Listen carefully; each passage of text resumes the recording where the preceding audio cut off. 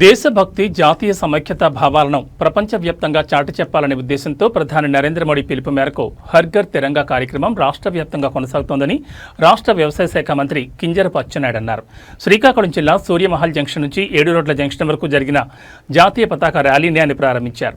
ఈ సందర్భంగా మంత్రి మాట్లాడుతూ స్వాతంత్ర్య దినోత్సవం నాడు జిల్లాలో ప్రతి ఇంటిపై మువ్వన్నెల జెండా ఎగురవేసి దేశ సమైక్యతను చాటాలని పిలుపునిచ్చారు.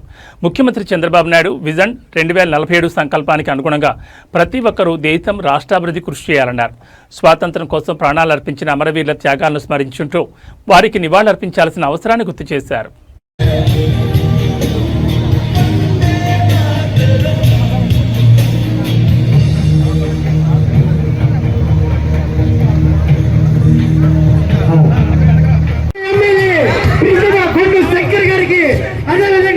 శ్రీకాకుళం కలెక్టర్ గారికి, అదేవిధంగా కమిషనర్ గారికి ఇంకొక 3 రోజుల్లో భారతదేశానికి స్వాతంత్రం వచ్చి 68 సంవత్సరాలు 69వ సంవత్సరంలో అడుగు పెడుతున్నటువంటి సందర్భంలో అంతే కదా 78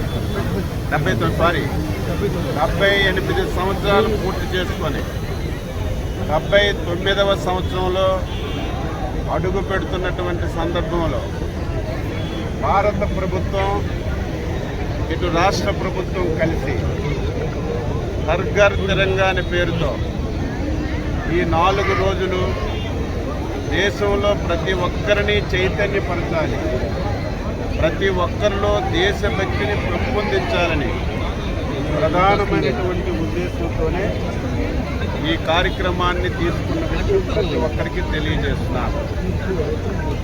ప్రతి విషయానికి జాతి ఉంటుంది, మతం ఉంటుంది, కులం ఉంటుంది, ప్రాంతం ఉంటుంది. కానీ ఈ విషయంలో జాతి లేదు, మతం లేదు, కులం లేదు, ప్రాంతం లేదు.